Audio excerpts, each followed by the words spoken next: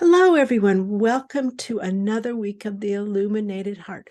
I'm Leslie O'Leary, and this week we are going to talk about being stuck with a toxic person. This is a very tough subject to go through for so many of us. And there are so many labels out there.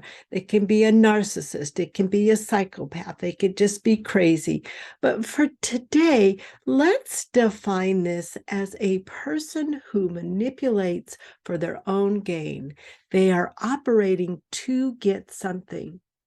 Usually there is some type of external validation that they need, and realize that this is an addiction, meaning that they need to be fed, to be the one on top, to be the one that is right, to be told how great they are, and you end up being their supply.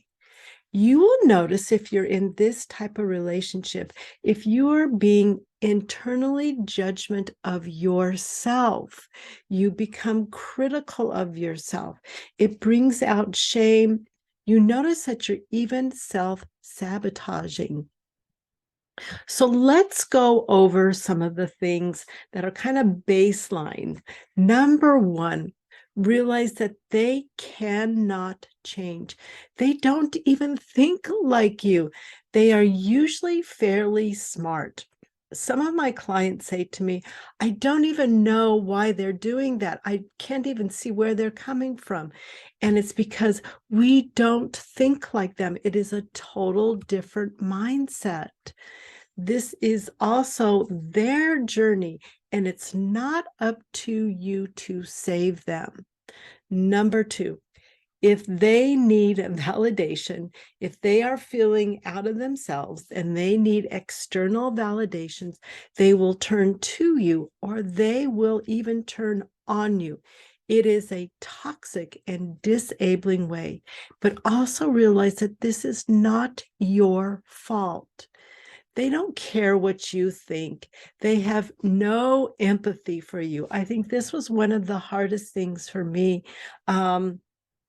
being a person that has a lot of empathy and realizing that there's people out there that have no empathy. I mean, they really don't have any empathy. But also, I want you to realize, number four, these people are very wounded, but do not feel sorry for them.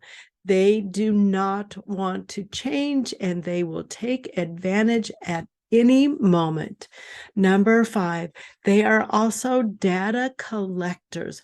Whatever you share with them, they will store it, and then they will use it against you.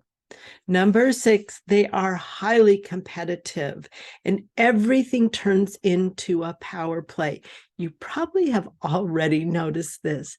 They are always right, and they will never acknowledge or admit that they are wrong. It makes you feel like you're crazy, but you are not crazy. You're just stuck in a relationship with someone who is toxic. So I am going to give you a coping skill. This is not a cure, but a skill. And this is called the gray rock method. Now, this method is used if you are stuck in a toxic relationship with someone. It is not used as a punishment, and it is used to preserve you, to preserve yourself, to preserve your self-respect. It is used to emotionally disengage from the person, not to be stuck in that trap with them. Again, it is not punishment. Gray rock is used with toxic people who don't have the skill set or the maturity to grow. They are stuck in where they are and who they are. As a gray rock, you are accepting within your own self that the relationship is not working for you. You are choosing to remove yourself from the power play. You realize this is not a mutual caring relationship. or a rewarding experience or exchange. So what is gray rock anyway? Think of a gray rock. It really doesn't do much. It's kind of pretty much bland. It sits around and it bees gray, and that's pretty much what it does. So all your responses will become detached and not emotional, just like a gray rock. Your responses need to be as brief as possible. Remember, they are data collectors and they will use it against you. The more you talk or the more you defend yourself, the more they have to use against you. I'm going to give you an example of a gray rock response. Why are you doing that? Or that is not the right way to do it. Answer: bland gray rock. That made sense to me at the time. Do not share your opinions about anything. Remember, they are always right and they aren't listening anyway. Number 3, do not correct them. Do not try to change them. Remember, they are as is. What you see is what you get. Number 4, do not defend yourself. They don't care. They're not listening.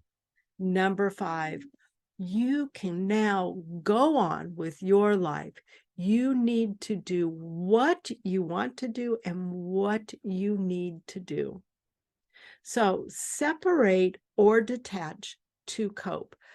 Think to yourself about them. You can behave or act however you want. I am going on with my life. You can think or you can criticize me or all others all you want. I am going on with my life. You can whine, you can complain, you can be uncooperative. I am going on with my life. These are your thoughts and your behaviors, not mine. I am going on with my life.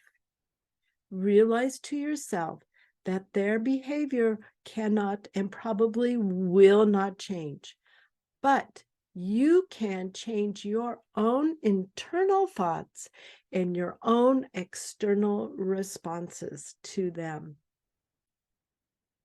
Say to yourself, your opinions are no longer relevant to me. You are who you are. And I like to term it as family dynamics relationships as a wheel. And within that wheel, there are many different cogs. And especially if you're in some sort of toxic relationship, dysfunctional relationship, everybody has their place as a cog on the wheel. So when someone removes themselves from the wheel and the wheel becomes unbalanced. So when you start this gray rock method with them, they are not going to like it and they will come after you because that's what they do. So let's look at some things that they might say and what you can say back. Why are you acting like that? Because it seems to be a good idea to me. I don't like the way you're acting that way. Don't do it anymore. I don't have anything further to add.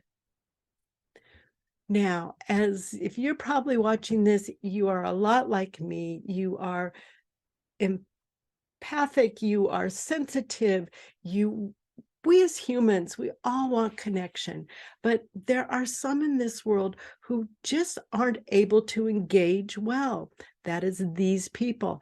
Know that that is not you. Remember, you are the supply, but you also get to choose how much of a supplier you want to be.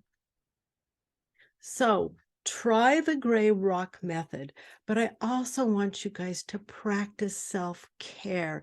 This is very, very important. So pulling back will feel very odd to you, especially in this type of relationship. It is almost like it's a give, take, give, take, give, take type of thing. And you're given and they're taken. And you're used to this cycle. You're used to this type of thing. But you are doing this self-care for your own soul, for your heart, for your own being, for your own self-respect.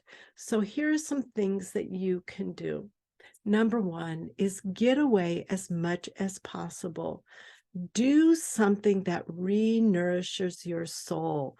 Get away, do something you enjoy, something that you love doing, and that you feel like you can actually take a breath.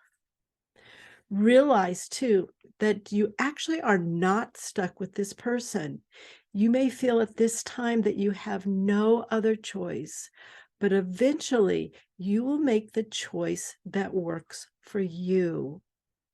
Realize that when we are traumatized like this, we are living in a part of our brain that is set on survival, the back part of the reptilian brain.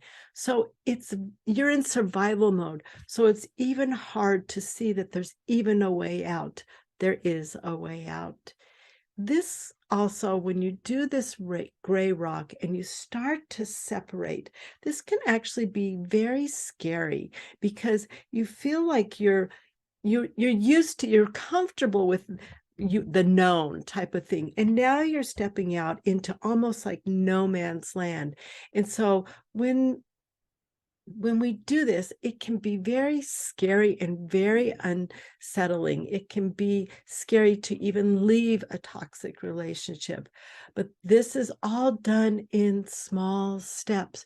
Don't think you have to do everything perfect right away. And then also know that you are connected to the divine, to an angel, to God. And that grace and that care is within you. It is actually your core. It is who you are. So I would like to do a little exercise with you guys and just take a moment to connect to that divine part of you. Like I said, when you are in a traumatic relationship, you are in survival mode. So it's almost like you're walking on eggshells. So it's very difficult to connect and to realize that there's even this part of you in you. But here's something that will help. And what you do is you place your left hand on your heart so that you actually feel that connection. And you can close your eyes if you wish. And then you take a nice deep breath in all the way to the belly. And then let it out as slowly as possible.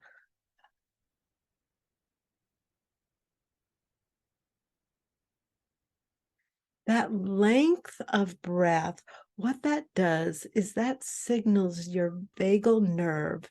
And that vagal nerve is what determines your emotion. And that signals your brain that I'm in survival mode or I am safe and I am okay. So the longer that breath, the more that you'll start to feel that calm within you and therefore within your mind. Now, as you're doing this, give yourself also a gentle pat. Think about if you've ever held a baby or a little animal and you're soothing them. You are soothing your heart. You are allowed to do this. It is okay to do this. And as you do this, you will help nourish yourself and nurture yourself.